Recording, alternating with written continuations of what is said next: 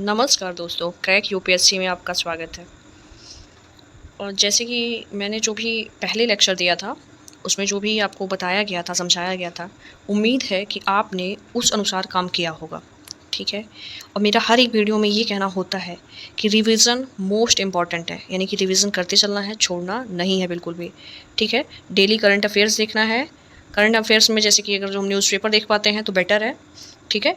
और उसके साथ साथ क्या करना है, हमें notes daily by daily cover करते चलना है।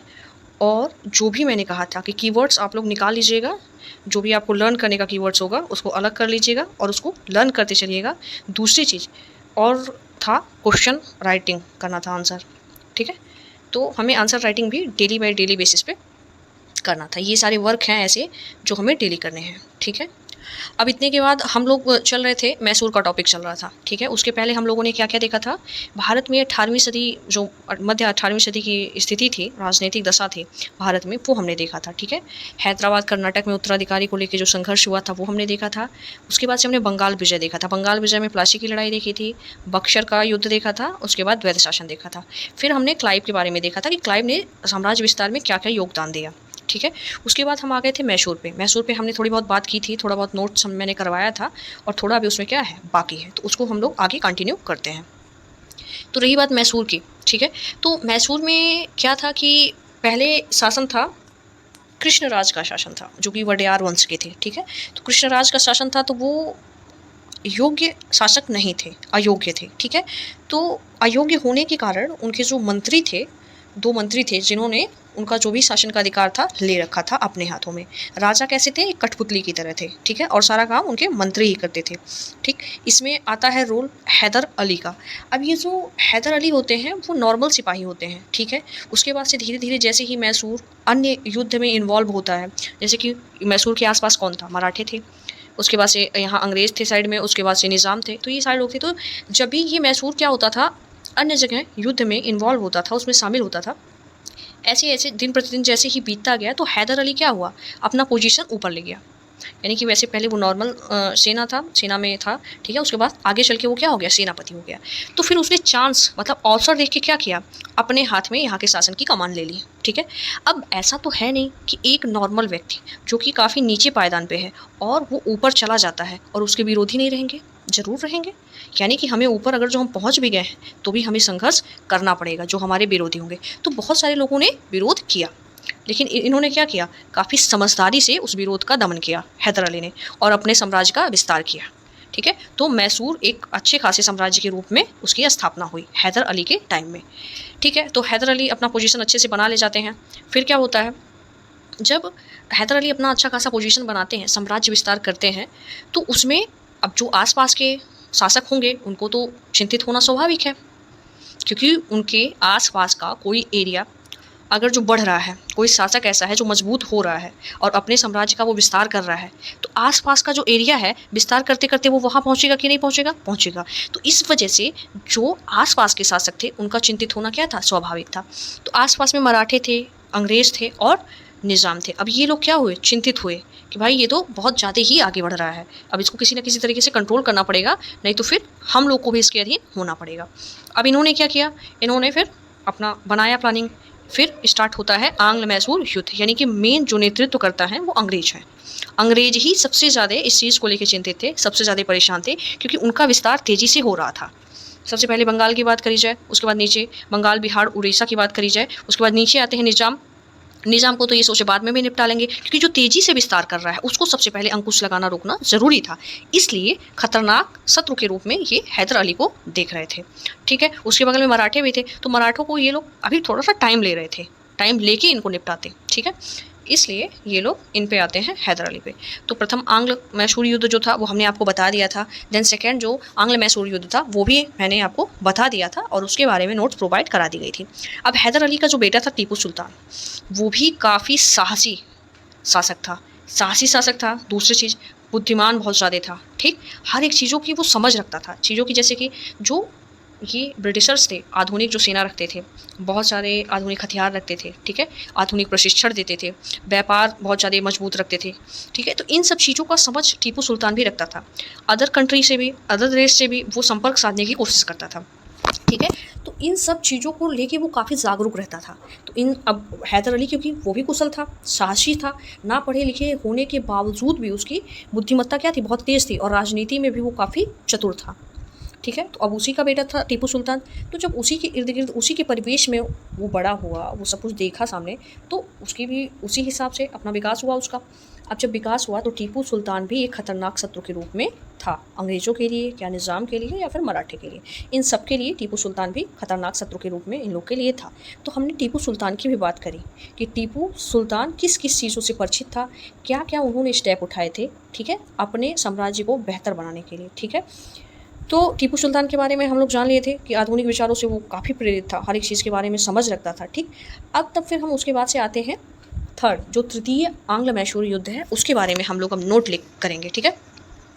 चलिए अब आप लोग हेडिंग डालेंगे, ये इंपॉर्टेंट है, इसको इंपॉर्टेंट आप लोग मान देखिए। जो चीज़ निर्णायक होता है, ठीक है, जिससे ये होता है कि हमें कुछ ना कुछ परिवर्तन देखने को मिल रहा है, चेंजिंग देखने को मिल रहा है, तो वो चीज़ इंपॉर्टेंट हमारे लिए हो जाती है, जहाँ से एक नए अध्याय की शुरुआत होती है। ठीक है, निर्णायक होता है, तो हम लोग इसको इंपॉर्टेंट मान के चलेंगे।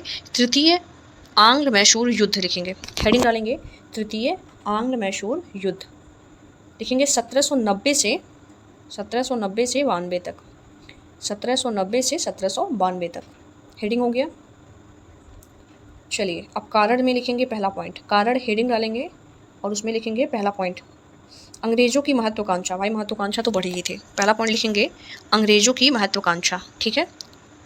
अब दूसरा पॉइंट लिखिए कारण में दूसरा पॉइंट लिखिए फ्रांसीसी क्रांति के कारण, फ्रांसीसी क्रांति के कारण फ्रांस में राजनीतिक अस्थिरता, फ्रांसीसी क्रांति के कारण फ्रांस में राजनीतिक अस्थिरता। ठीक है। अगला पॉइंट लिखेंगे टीपू सुल्तान की महत्वाकांक्षा एवं टीपू के कार्य। अंग्रेज़ों की महत्वाकांक्षा तो थी ही, लेकिन टीपू की भी महत्वाकांक्षा थी, वो भी पीछे हटने वालों में से नहीं था और वो बहुत साहसी कार्य कर रहा था। मैंने टीपू सुल्तान के बारे में आपको नोट करवा दिया है। ठीक है, उम्मीद है कि आप लोग उसको पढ़ रहे होंगे अच्छे से। अगला पॉइंट लिखेंगे अंग्रेज़ों का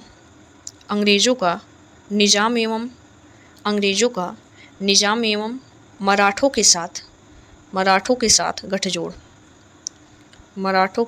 गठजोड़, 4 पॉइंट हो गया इसमें। ठीक है, 4 पॉइंट हो गया इसमें।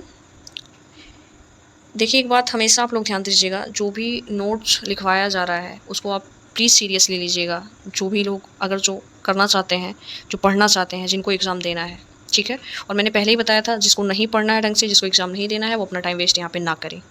ठीक है।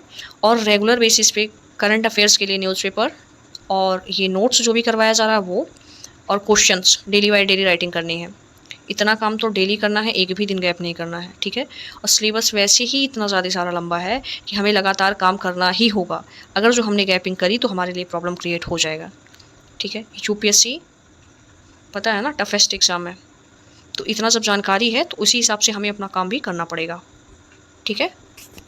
चलिए अगला हेडिंग डालेंगे, जो तृतीय युद्ध लिख रहे थे उसी में अगला हेडिंग डालेंगे परिणाम में लिखेंगे 1792 में श्रीरंगपट्टनम की संधि के द्वारा युद्ध समाप्त हुआ। ठीक है। ये जो तृतीय युद्ध हो रहा था, आंग्ल मैसूर युद्ध हो रहा था, उसमें 1792 में श्रीरंगपट्टनम की संधि हुई और उसके द्वारा क्या हो गया, युद्ध समाप्त हो गया। उसी में आगे लिखेंगे टीपू की पराजय हुई और टीपू का आधा भूभाग अंग्रेज़ों तथा उनके सहयोगियों ने मुआवजे के रूप में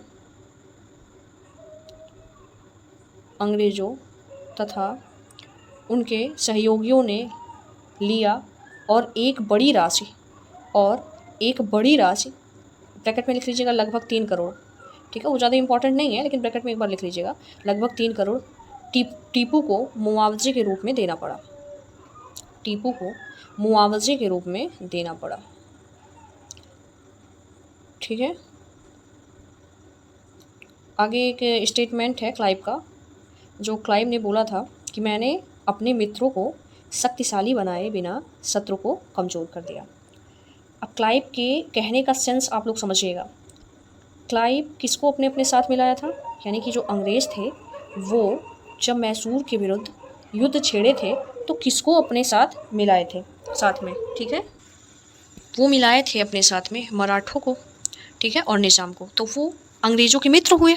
मित्र तो होने वाले नहीं हैं इन फ्यूचर में, भविष्य में ये लोग मित्र होने वाले नहीं हैं, इनका तो सिर्फ फ़ायदा उठाया जा रहा है अंग्रेज़ों के द्वारा, लेकिन अभी फ़िलहाल के लिए ये मित्र थे।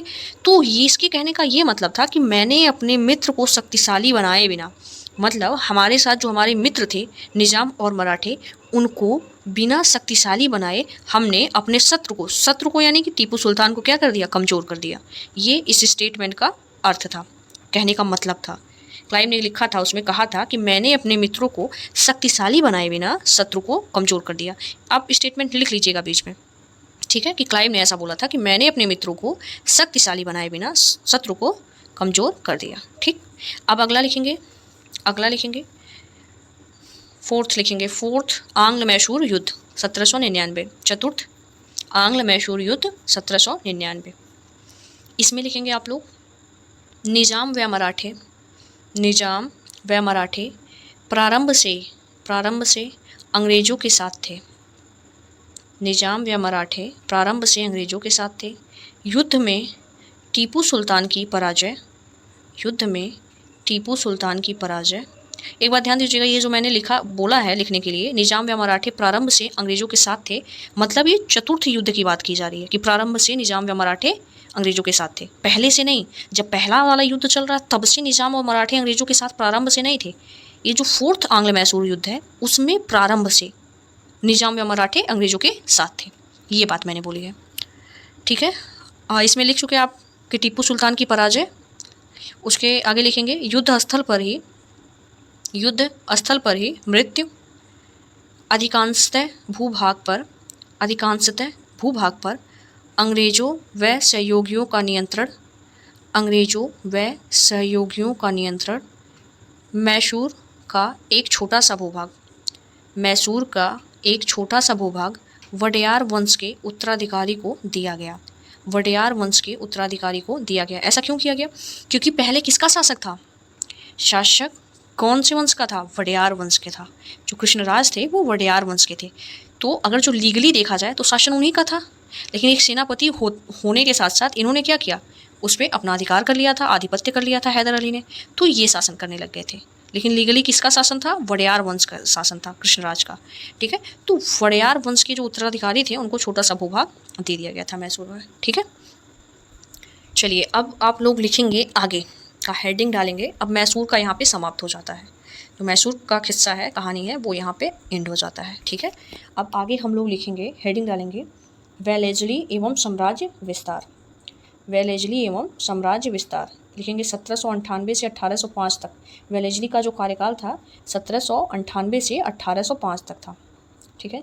मैंने पहले भी बताया था कि हम लोग गवर्नर तो बहुत सारे आए, लेकिन जो महत्वपूर्ण गवर्नर हैं हमें उन्हीं के बारे में पढ़ना है, क्योंकि अगर जो हम सबके बारे में पढ़ते रह जाएंगे ना तो ऐसे ही सारा टाइम चला जाएगा, पढ़ते ही फिर रहेंगे, ठीक है। तो जो महत्वपूर्ण गवर्नर है, ठीक है, जिन्होंने कुछ ऐसा काम किया है जिससे बहुत बड़ा परिवर्तन हुआ है, ठीक है, जिन्होंने अनोखा काम किया है, उन्हीं के बारे में बस हमें पढ़ना है, ठीक। तो वेलेज़ली ने साम्राज्य विस्तार में काफ़ी ज़्यादा अच्छा योगदान दिया था, तो इसलिए उनको हम जानेंगे कि उन्होंने युद्धों के द्वारा कैसे साम्राज्य विस्तार किया था, पेंशन दे के कैसे साम्राज्य विस्तार किया था, पेंशन दे के जो अपने अधीन बनाया था अन्य शासकों को, कैसे उसके थ्रू कैसे साम्राज्य का विस्तार किया था, ठीक है। अन्य उपाय जो भी थे साम्राज्य विस्तार के वो भी वेलेज़ली ने किया था।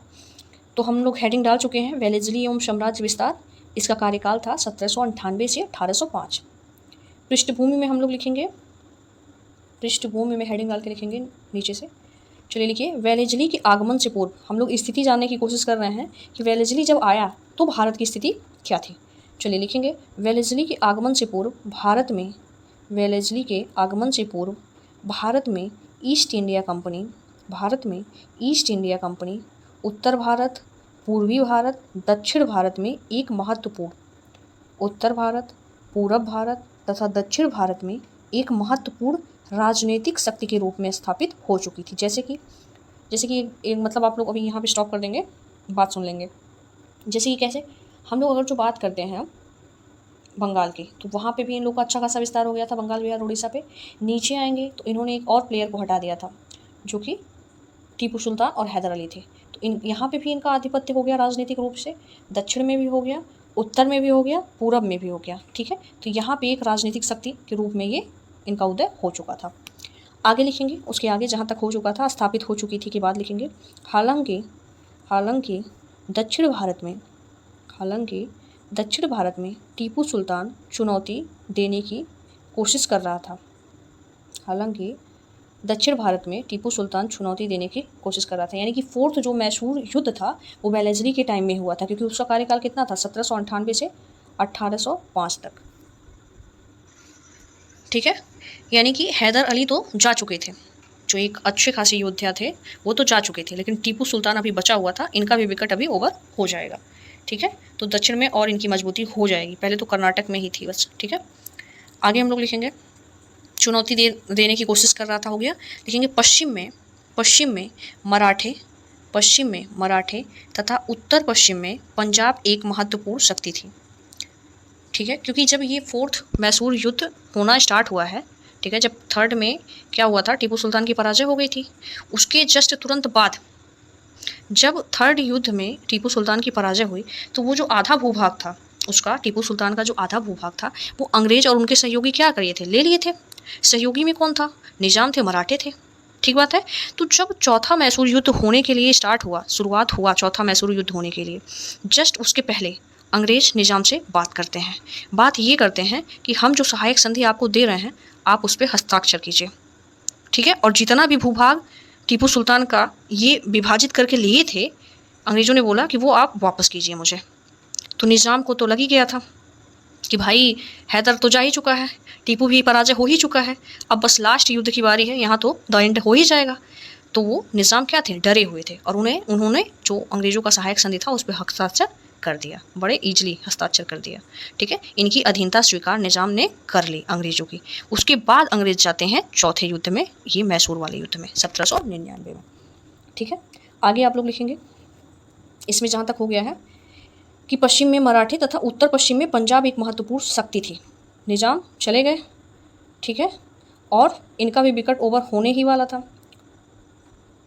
किनका, जो फोर्थ मैसूर युद्ध था 1799 में, तो टीपू सुल्तान तो पराजय हो ही चुका था, अभी उसका एकदम अंतिम खेल खत्म होने ही वाला था, तो वो भी एकदम कमज़ोर पड़ ही चुके थे। तो दक्षिण में स्थिति इनकी क्या थी, बेहतर थी, केवल कौन बचा था, मराठे बस बचे थे उस साइड में, बाकी निज़ाम भी गए और मैसूर भी समझिए एक तरह से चला ही जा चुका था, बस लास्ट पॉइंट देना ही बाकी था। ठीक है, फोर्थ मैसूर ही वही लास्ट में बाकी था। ठीक, और उधर पूरब में भी इनकी स्थिति मजबूत हो गई थी और उत्तर में भी इनकी स्थिति मजबूत हो गई थी, जैसे अवध का हो गया, बिहार हो गया, और इधर फिर पश्चिम बंगाल हो गया, उड़ीसा हो गया, ये सब इनके अंडर में आ चुका था। ठीक है, तो आगे लिखेंगे, बस दो ही ऐसे थे साम्राज्य जो इनके पकड़ से बाहर थे, एक मराठे थे और एक पंजाब था। ठीक, लिख चुके हैं आप लोग यहाँ से कि पश्चिम में मराठे तथा उत्तर पश्चिम में पंजाब एक महत्वपूर्ण शक्ति थी और अंग्रेजों के नियंत्रण से बाहर भी।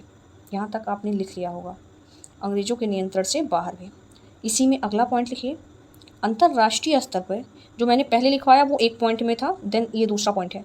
अंतर्राष्ट्रीय स्तर पर फ्रांस एवं नेपोलियन अंग्रेजों को चुनौती दे रहे थे। अंतर्राष्ट्रीय स्तर पर फ्रांस एवं नेपोलियन बहुत अच्छा खासा सेनापति था। ठीक है, बहुत साहसी, योग्य, कुशल।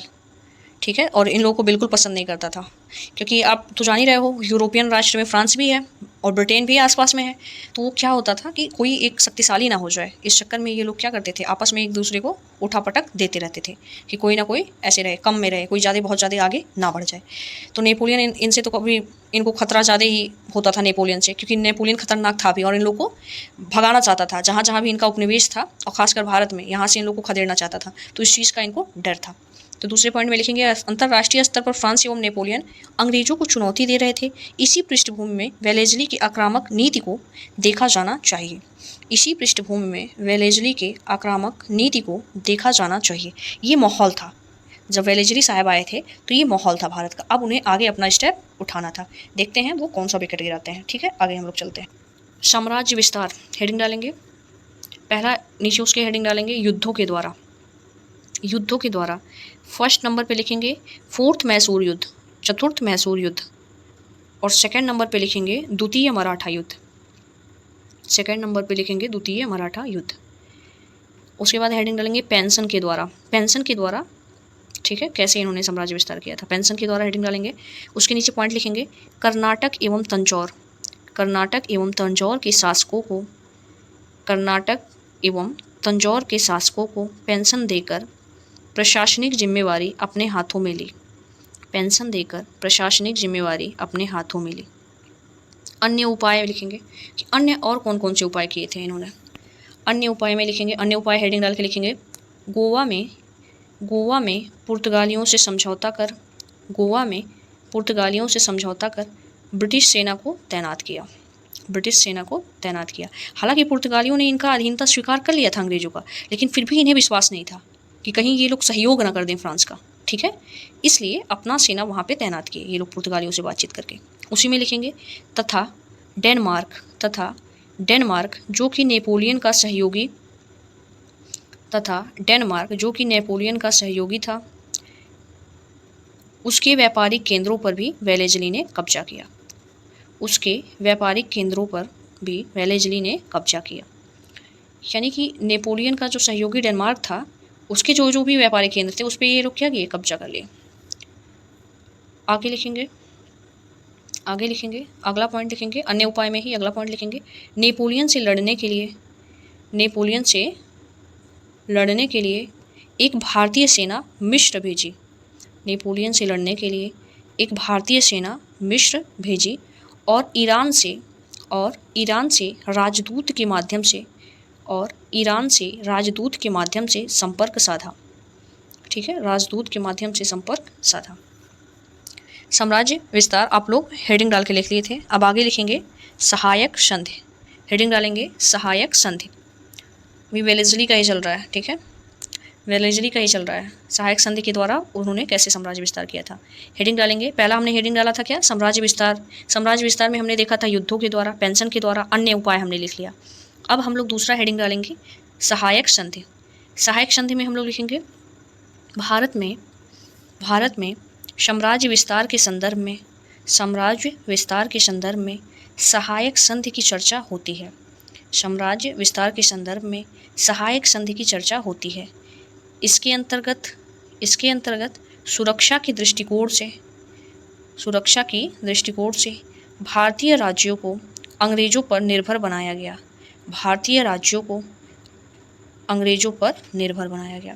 सहायक संधि के क्या प्रावधान होते हैं अभी हम आगे लिखवा देंगे।